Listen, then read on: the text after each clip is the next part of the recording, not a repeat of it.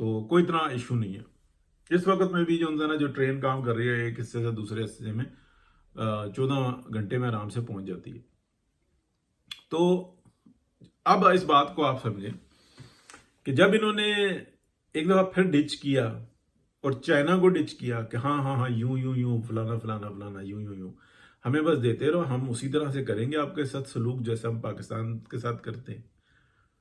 تو امریکہ تو یہاں سے نکل گیا تھا. پھر انہوں نے جناب جب یہ صورتحال دیکھی تو بتایا کہ نہ 84 نہ 86 پورا 85 ارب ڈالر کا ہم یہاں پہ اسلحہ چھوڑ کر گئے ہیں، ہمیں یہ اسلحہ واپس چاہیے. اور ہماری کمٹمنٹ تھی، ہمارا یہ تھا، ہمارا وہ تھا، ہم یہاں سے اٹھا کے لے کے جائیں گے.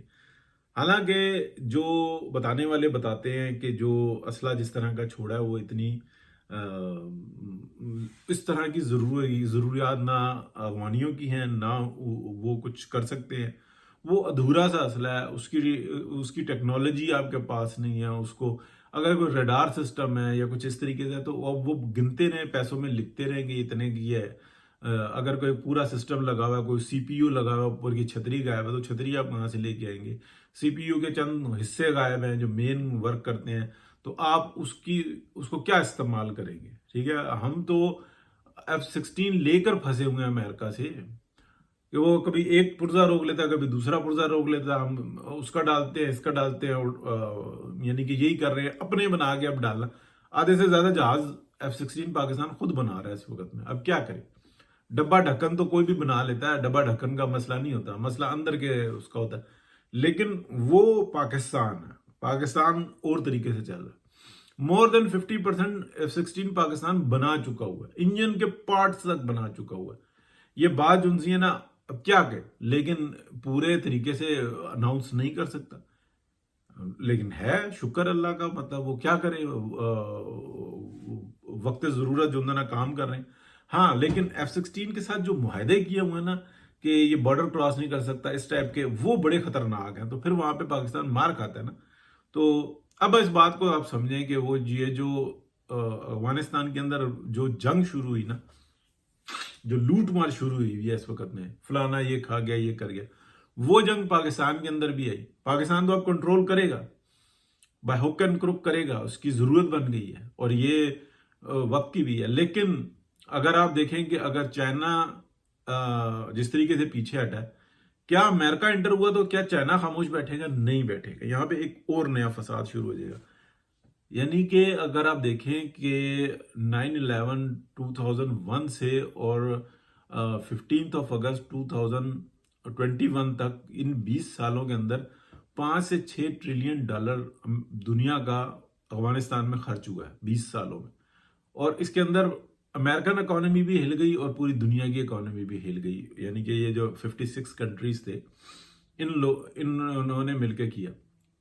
تو یہ منہ سے ارب اور خرب کہہ دینا یہ آسان ہوتا ہے، حالانکہ ایک جی ڈی پی ہوتی ہے، ایک سرکل ہوتا ہے، ایک ویل ہوتا ہے، اس کے اندر یہ سب کچھ ہو رہا ہوتا ہے. اس بات کو، اس اکانومی کو سمجھنا کوئی ڈار صاحب جیسا سمجھ تو لیتا ہے، وہ سمجھانا ان کے لیے بھی مشکل ہوتا ہے کیونکہ آگے سے ہمارے جیسے ہی ڈھکن بیٹھے ہوئے ہوتے ہیں.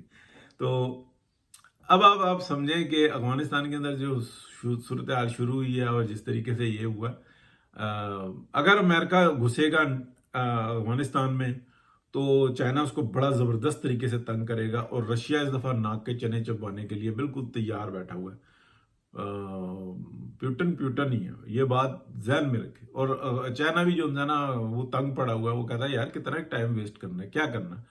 خود تم ڈیزاسٹر کی طرف جا رہے ہو اور دوسرے کو بڑھنے نہیں دے رہے، تو تم چاہتے کیا ہو؟ تو بڑی یعنی کہ پاکستان کی ایک ضرورت پڑنے والی ہے امریکہ کو اور پوری دنیا کو.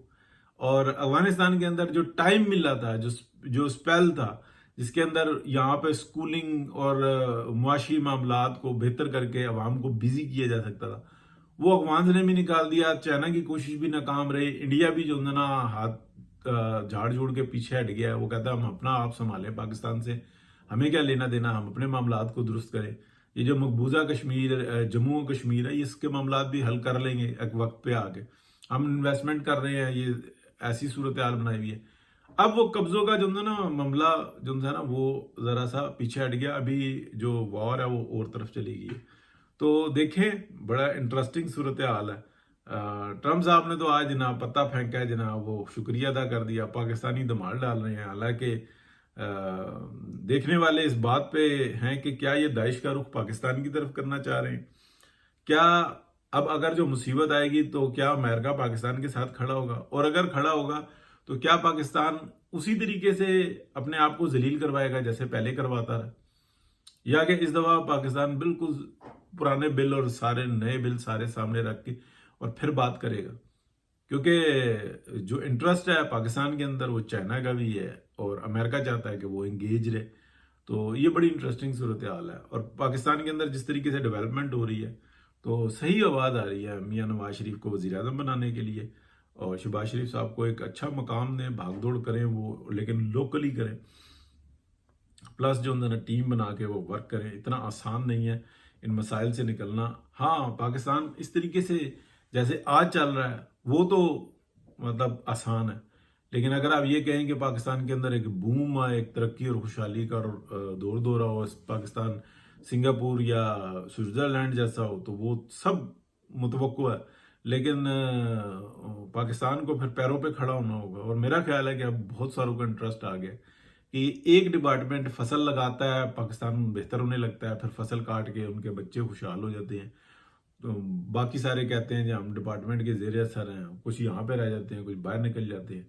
تو یہ ساری چیز جو ان سی ہے نا اب طے کر لینی ہوگی، اگر نہیں بھی کریں گے نا تو وقت کا تقاضا وہ خود طے کروا دے گا۔ بہت شکریہ جی، اللہ حافظ۔